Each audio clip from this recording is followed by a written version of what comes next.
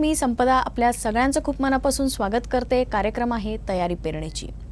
जसं की आपण सगळेच जाणता की तयारी पेरणीची या कार्यक्रमात आपण काही तज्ञ व्यक्तींना आपल्या इथे आमंत्रित करत असतो आणि येणाऱ्या खरीप हंगामाच्या तयारीच्या अनुषंगाने आपल्या शेतकरी बांधवांना मदत होईल अशी माहिती त्यांच्याकडून घेत असतो। आणि ह्या शृंखलेत आज आपण आपल्या इथे आमंत्रित केलंय डॉक्टर पंजाबराव देशमुख कृषी विद्यापीठ अकोला इथे सहयोगी प्राध्यापक म्हणून कार्यरत असलेले वनस्पती शास्त्र विभागातले डॉक्टर प्रशांत शेंडे यांना। साहेब नमस्कार, आपलं खूप स्वागत आहे आमच्या कार्यक्रमात। आणि वनस्पती शास्त्र विभाग इथे आपण कार्यरत आहात, तेव्हा सगळ्यात पहिले आपल्याला विचारायचं आहे की आपला जो क्षेत्र आहे विदर्भ खास करून तिथे कापूस आणि सोयाबीन हे मुख्य पीक आहे, पण त्याचबरोबर काही ठिकाणी धान सुद्धा इथे आहे। तर त्याविषयी तिथले प्रमुख जिल्हे काय आहेत धानाचे ह्याविषयी ऐकायला। धान हे पीक अत्यंत महत्त्वाचं असं पीक आहे आणि धान पीक फक्त भारतात किंवा महाराष्ट्रातच होते असं नाही, तर जगाच्या पाठीवरती जे काही देश आहेत त्याच्यामधून 100पेक्षा अधिक देशांमध्ये हे धानाचं पीक घेतलं जाते। दरवर्षी जर का आपण त्याचे सांख्यिकीय दृष्ट्या जर का आपण त्याचा अभ्यास बघितला तर दरवर्षी साधारणतः 700 मिलियन टनपर्यंत त्याचं प्रोडक्शन धानाचं केलं जाते आणि त्या 700 मिलियन टनपासून 640 मिलियन टनपर्यंत तांदूळ दरवर्षी प्रोड्यूस केला जातो। मागच्याच वर्षीचा जर आराखडा बघितला तर प्रोडक्शन चांगलं वाढलं आणि त्यामध्ये 501 मिलियन टनपर्यंत जगामध्ये तांदळाचं उत्पादन झालं। त्याचप्रमाणे या तांदळाच्या उत्पादनामध्ये सगळ्यात जास्त जर का वाटा बघितला तर आशिया खंडाचा आहे। जवळपास 90% वाटा हा एकटा आशिया खंडाचा आहे। याच्यामध्ये प्रामुख्याने चीन आणि भारत हे दोन देशांच्या मोठ्या प्रमाणामध्ये प्रोडक्शन या दोन देशांमध्ये होते। चीनचा जर का विचार केला तर चीनमध्ये एरिया जो आहे हा 30 मिलियन हेक्टरपर्यंत एरिया आहे, तर भारताचा एरिया 44 मिलियन हेक्टरपर्यंत एरिया आहे। सगळ्यात जास्त भारताचा एरिया सगळ्यात जास्त आहे। पण प्रोडक्शन जर का बघितलं तर चायनाचं प्रोडक्शन हे मागच्या वर्षी जर का आराखडा बघितला आपण तर चायनाचं प्रोडक्शन सगळ्यात जास्त आहे। यामध्ये चायनाचं मागील वर्षी त्यांनी 148 मिलियन टनपर्यंत तांदूळाचं उत्पादन केलं, तर भारताने हे 118 मिलियन टनापर्यंत तांदळाचं उत्पादन केलं। भारतामध्ये बरेचसे राज्य जे असे आहेत की ज्याची प्रोडक्टिव्हिटी जास्त आहे, पण चायनाची प्रोडक्टिव्हिटी जर का आपण विचार केली म्हणजे उत्पादकता, शेतकरी सरासरी किती उत्पादकता करतो याचा जर का आपण विचार केला तर 6 ते 7 टन प्रति हेक्टरी एवढ्या मोठ्या प्रमाणामध्ये उत्पादकता करतात। काही काही देश आहेत टॉप 10 मध्ये जर का आपण देश बघितले तर ऑस्ट्रेलिया, इजिप्त आणि USA हे सुद्धा काही देश आहेत की याच्यामध्ये उत्पादकता 10 ते 12 टनापर्यंत धानाची उत्पादकता काढू शकतात, पण इथलं एरिया कमी आहे। एरिया सगळ्यात जास्त भारताचा आहे, पण प्रोडक्शनच्या बाबतीमध्ये चायना 6 ते 7 टन प्रति हेक्टरपर्यंत प्रोडक्टिव्हिटी आहे त्याची उत्पादकता। आणि भारताची उत्पादकता जर का विचार केला तर कमी आहे इतर देशांच्या तुलनेने। त्याचं उत्पादकता हे 3 ते 4 टनापर्यंत उत्पादकता आहे। आता आपण सांगितलं त्याप्रमाणे की आपल्याकडला एरिया जास्त आहे पण उत्पादकता कमी आहे, तर त्याची काही प्रमुख कारणं जर आपण सांगू शकलात की का असं होत असावं, कारण एवढा मोठा एरिया जर आपण त्या गोष्टीकरता वापरतो आहे पण त्याची उत्पादकता कमी आहे असं का? भारताची उत्पादकता कमी आहे तसंच आपण थोडंसं महाराष्ट्राच्या बद्दल विचार करूया। जसं भारतामध्ये जसं पंजाब, हरियाणा आणि तामिळनाडू आणि आंध्र प्रदेश याच्यामध्ये उत्पादकता चांगली आहे, साधारणतः 5 ते 6 टन प्रति हेक्टरी शेतकरी काढतो ॲव्हरेजमध्ये। पण महाराष्ट्राचा जर का विचार केला तर महाराष्ट्रामध्ये उत्पादकता 2 ते 3 टन पर हेक्टरपर्यंतच आहे। महाराष्ट्रामध्ये एकूण साधारणतः 4 विभाग पडतात। 4 विभागामध्ये कोकण विभाग, वेस्टर्न महाराष्ट्र, मराठवाडा आणि विदर्भ, आणि सगळ्यात जास्त एरिया धानाचा जर का बघितला या महाराष्ट्रामध्ये तर विदर्भाचं आहे। महाराष्ट्रामध्ये एकूण क्षेत्र हे महाराष्ट्रामध्ये जे काही शेतकरी लोक धान पीक घेतात याचं एकूण क्षेत्र हे 14.66 ते 15 लाख हेक्टरपर्यंत आहे आणि याची उत्पादकता हे 3 ते 4 टनापर्यंत आहे। पण प्रोडक्शन जर का बघितलं धानाचं प्रोडक्शन याच्यामध्ये 50 लाख टनापर्यंत प्रोडक्शन आहे आणि तांदळाचं प्रोडक्शन 36 लाख टनापर्यंत प्रोडक्शन आहे।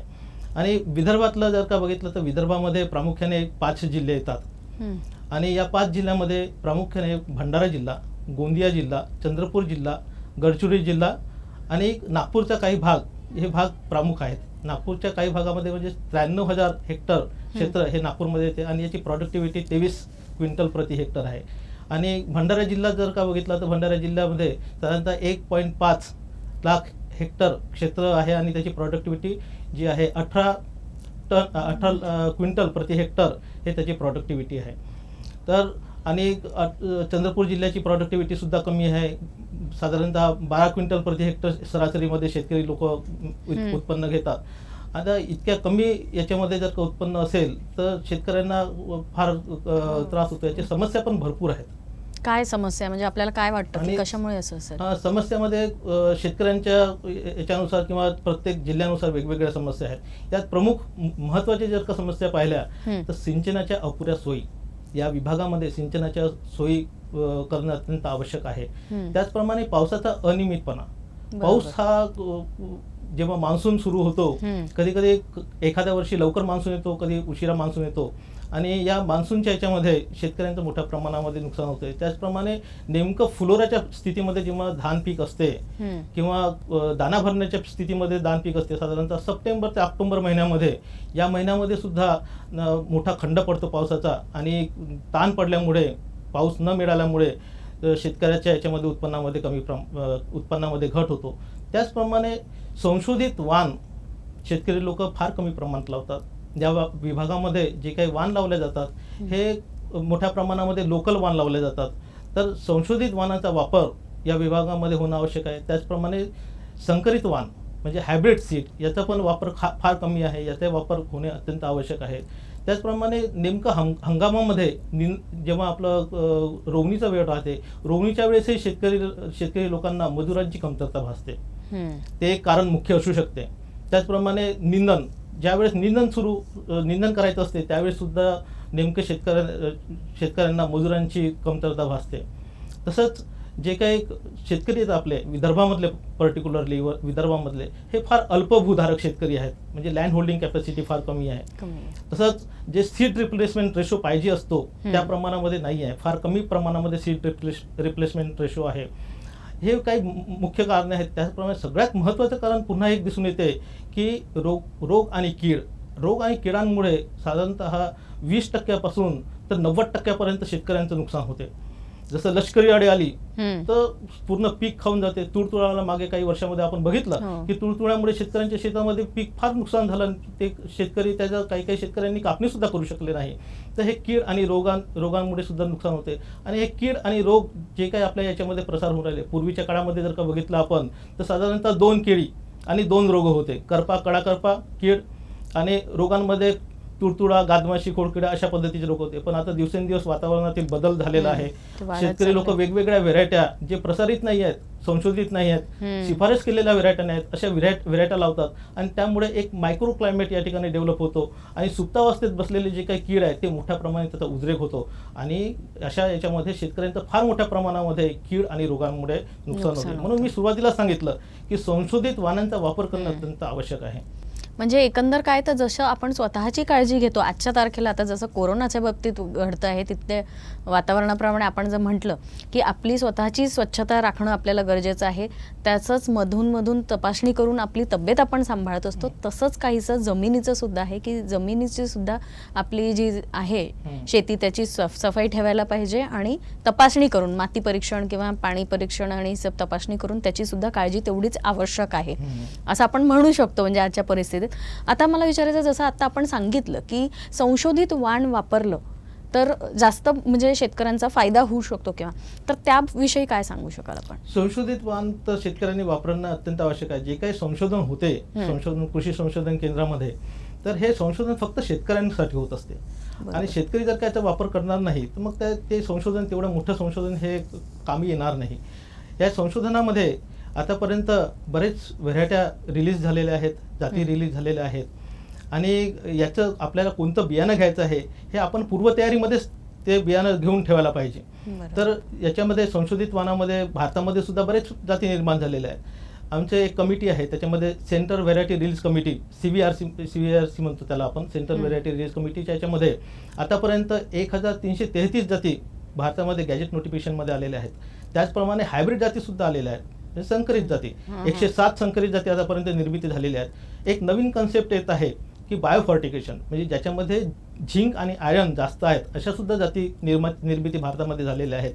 त्याच्यामध्ये एकूण 13 जातीची निर्मिती भारतामध्ये झालेल्या आहे. महाराष्ट्रामध्ये सुद्धा आतापर्यंत महाराष्ट्राचा जर का विचार केला तर 65 सरळ वाण निर्मिती केलेली आहे महाराष्ट्रामध्ये आणि 5 हायब्रिड काढलेले आहेत महाराष्ट्रामध्ये. त्याप्रमाणे जर का आपल्या विदर्भाचा जर का विचार केला तर विदर्भामध्ये प्रामुख्याने जे संशोधन केंद्र आहे हे डॉक्टर पंजाबराव देशमुख कृषी विद्यापीठ अकोलाच्या अंतर्गत येतात. आणि आमचे जे अधिकारी आहेत म्हणजे संशोधन संचालक आणि माननीय कुलगुरू साहेब यांच्या मार्गदर्शनानुसार आम्ही संशोधन करतो. आणि या संशोधनामधून आतापर्यंत आम्ही साधारणतः 15 चांगल्या जाती, अधिक उत्पन्न देणाऱ्या जाती, वेगवेगळ्या वयोगटाच्या जाती आम्ही विकसित केला. आणि यामध्ये जर का आपण बघितलं तर जातीचा जर का विचार केला तर जाती प्रामुख्याने 3 गटामध्ये येतात. पहिला गट म्हणजे हलका वाण म्हणतात, शेतकरी लोक हलका, त्याला लवकर येणारा वाण. हा साधारणतः 100 ते 120 दिवसात येतो, तयार होतो. तसंच मध्यम कालावधीचा वाण हा 130 ते 140 दिवसात तयार होतो. आणि उशिरा येणारा वाण म्हणजे जो 140 पेक्षा जास्त दिवस लागतो तो म्हणजे उशिरा. या तिन्ही ग्रुपमध्ये मोठ्या प्रमाणामध्ये संशोधन झालेलं आहे. तर लवकर येणाऱ्या वाणचा जर का विचार केला, शेतकऱ्यांना जर का पाहिजे असेल तर त्याच्यामध्ये संशोधित वाणच्या याच्यामध्ये साकुली 6 नावाचं वाण विकसित करण्यात आलेलं आहे.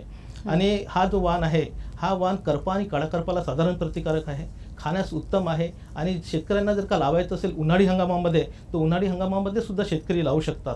आणि याची उत्पादकता 40 क्विंटलपर्यंत येते. आणि याचा दाण्याचा पोत हा थोडासा जाडसर आहे, म्हणजे त्याचं जे 1000 दाण्याचं जर का आपण वजन बघितलं तर 22 ग्रॅमपर्यंत येते. तसंच सिंधेवाई 1 नावाची जात, शेतकऱ्यांची मागणी होती किंवा अर्ली ड्युरेशन म्हणजे कमी कालावधीचा असलेला वाण पण बारीक पाहिजे आम्हाला, तर साधारणतः 16 ग्रॅम टेस्ट वेट असलेला जो धान आहे तो म्हणजे सिंधेवाई 1. आणि हा सिंधेवाई 1 साधारण प्रतिकारक असलेला वाण आहे आणि खाण्यास उत्तम आहे. याची सुद्धा आपण लागवड करायला पाहिजे. त्याचप्रमाणे बाकीचे आपल्या विभागासाठी रेकमेंड केलेले बाकीचे संशोधन केंद्रातून असलेले वाण आहेत, जसं MPO 10 मारुटेरूला संशोधन केंद्र आहे, तिथून विकसित केलेलं धान आहे. आयर 36, आयर 64, कर्जतमधून आलेली कर्जत 3 अशा पद्धतीचे काही वाण आहेत जे आपल्या विभागामध्ये आपण लावू शकतो.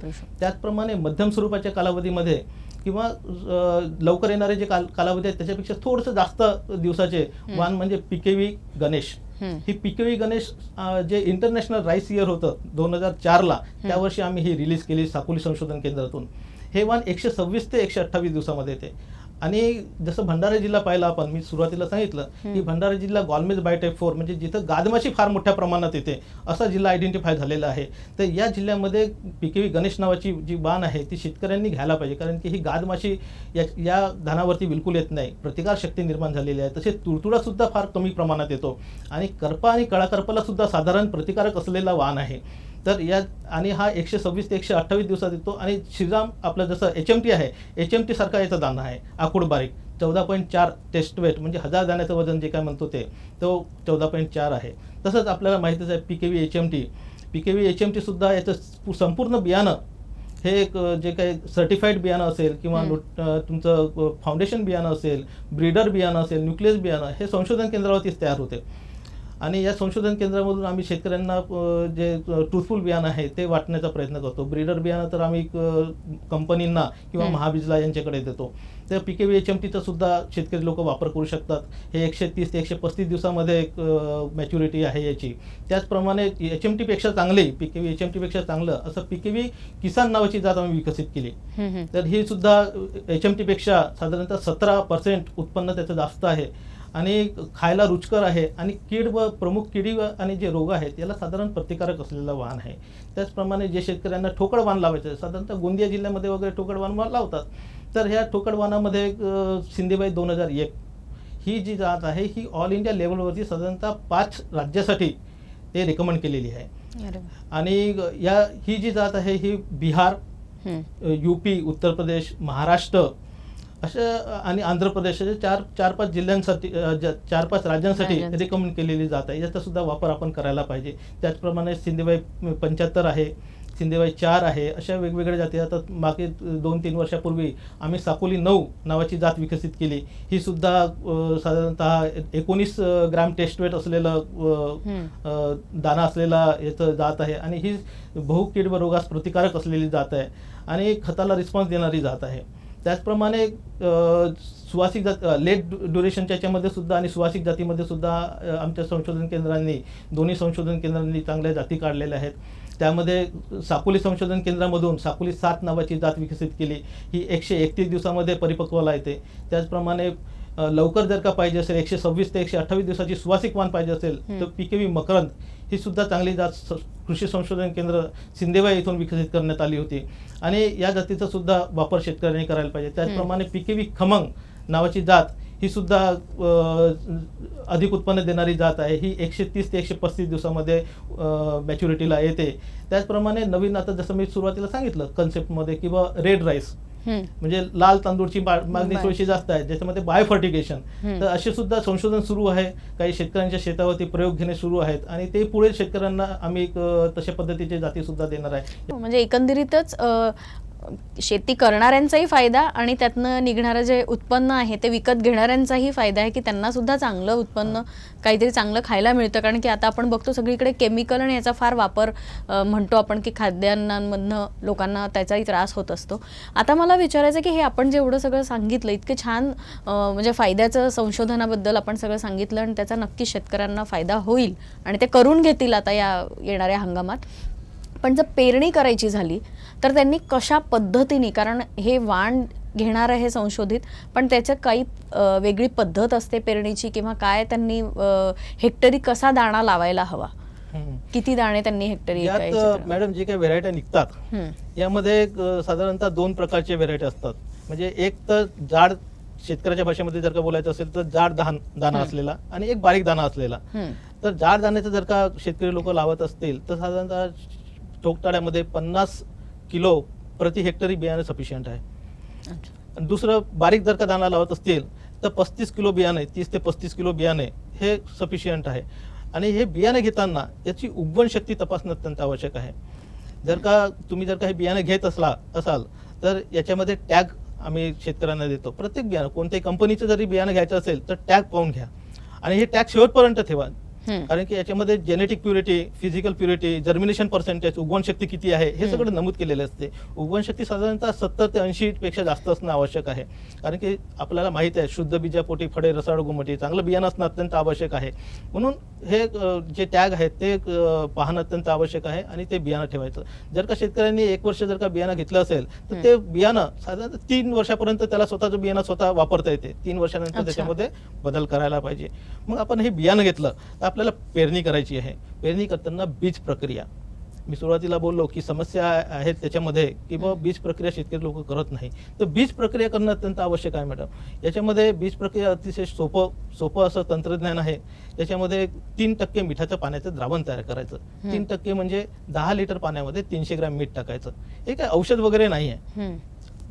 मिठाचं द्रावण तयार केलं, त्याच्यामध्ये आपण जे बियाणं आपण लावणार आहे शेतकऱ्यांनी शेतावरती ते बियाणं त्या पाण्यामध्ये मिक्स करायचं आणि ढवळून घ्यायचं चांगलं. थोड्या वेळ थांबल्यानंतर आपोआप एक चमत्कार होतो.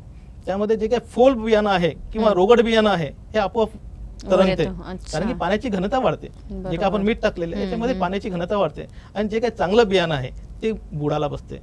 तर जे पोल बियाणं आहे, रोगड बियाणं, वरती तरंगलेलं बियाणं काढून टाकायचं, त्याला फेकून द्यायचं किंवा त्याचं विल्हेवाट लावायची. आणि दुसरं जे काही खाली बसलेलं बुडाला बसलेलं जे काही धान आहे तो चांगला 1-2 पाण्याने स्वच्छ धुवायचं आणि 24 तास सावलीमध्ये, उन्हामध्ये नाही, सावलीमध्ये त्याला वाळवायचं आणि त्यानंतर त्याला बीज प्रक्रिया करायची. आता बीज प्रक्रियेच्या याच्यामध्ये सुरुवातीला आम्ही त्याला थायरम वगैरे सांगत होतो, पण आता नवीन गाईडलाईन आलेल्या आहेत, थायरमला बंदी आलेली आहे, त्यामुळे थायरम सध्या वापरू नये. पण 22-3 वगैरे वापरता येईल असं मला वाटते.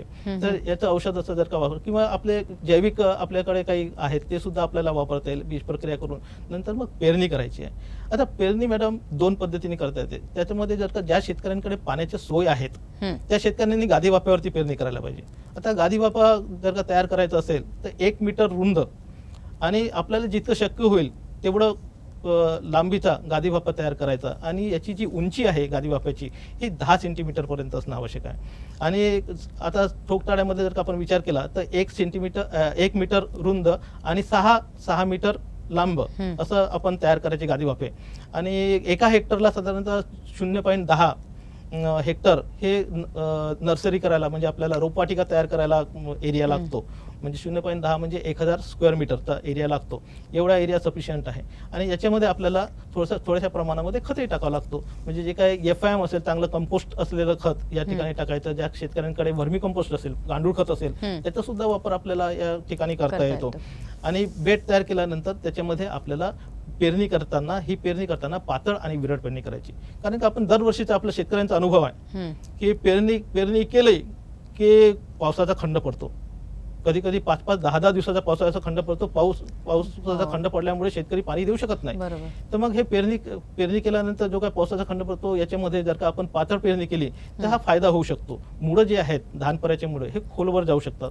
आपण जर का दाट पेरणी केली तर एकमेकांमध्ये गुंततात आणि त्याच्यामध्ये ताण सहन करण्याची शक्ती निर्माण होत नाही. म्हणून पातळ पेरणी करायला पाहिजे. पण काही शेतकरी लोक पाण्याची सोय नाही आहे त्यांच्याकडे, तर ते खारी सारखे लावतात. म्हणजे खारी म्हणजे सरळ सपाट याच्यावरती ते जमिनीमध्ये लावतात. तर जे काय आपल्याला रोपवाटिका तयार करायची आहे, दरवर्षी एकाच क्षेत्रामध्ये एकाच बांधीमध्ये रोपवाटिका कृपया करू नये. त्याच्यामध्ये बदल करायला पाहिजे, बांधीमध्ये बदल करायला पाहिजे. आणि जे काही आपल्याला खारी टाकायचे आहेत, हे खारी टाकल्यानंतर त्याच्या चारही बाजूला एक चार काढायला पाहिजे.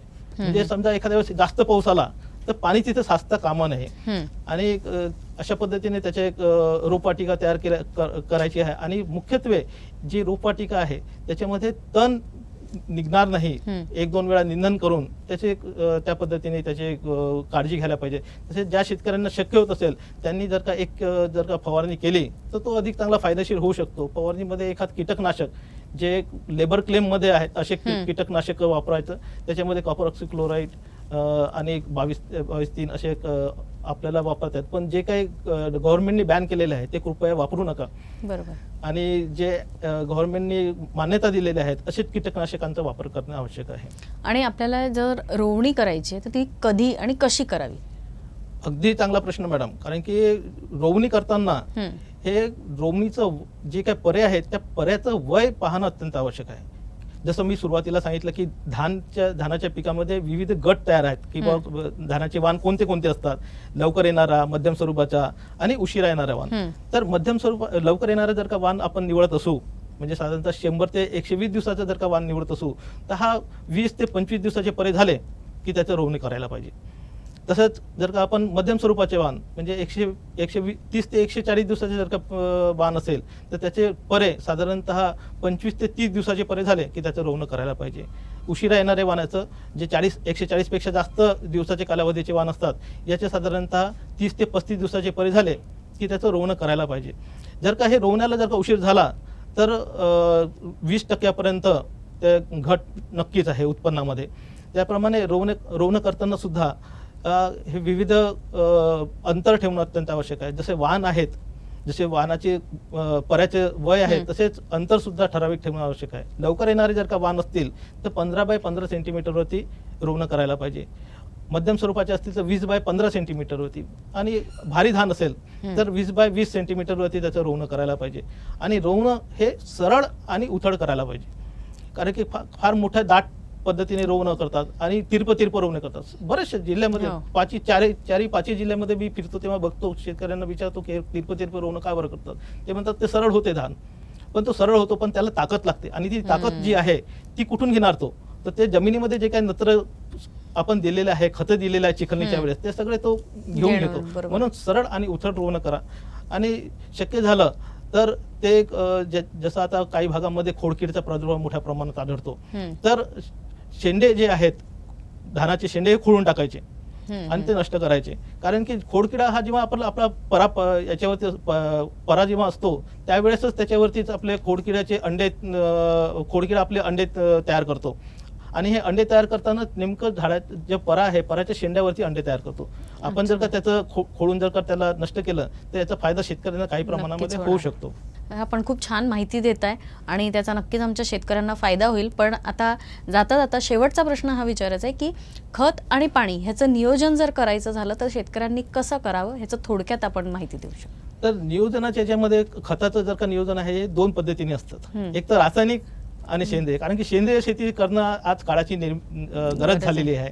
तर पहिले मी थोडंसं सेंद्रिय शेतीबद्दल बोलतोय. मी सुरुवातीला सांगितलं की सेंद्रिय शेतीमध्ये आपल्याला ढिंच्या बोरू लावणं आवश्यक आहे, ज्याच्यामुळे आपल्याला हे करता येते. त्याच पद्धतीने गिरीपुष्पाचा पाला जर का आपण आपल्या याच्यामध्ये टाकला चिखलणीच्या वेळेस तर त्याचा सुद्धा फायदा होतो. तसेच आपल्याला जेव्हा कल्टिवेशन होते सुरुवातीला उन्हाळ्याच्या याच्यामध्ये तर साधारणतः 10 टन प्रति हेक्टरी चांगलं कुजलेलं शेणखत टाकणं आवश्यक आहे. कंपोस्ट खत किंवा शेणखत टाकणं अत्यंत आवश्यक आहे. त्याचप्रमाणे जे काय आपले जिल्हे बघितले आपण, या जिल्ह्यामध्ये मोठ्या प्रमाणामध्ये जंगल आहेत मॅडम.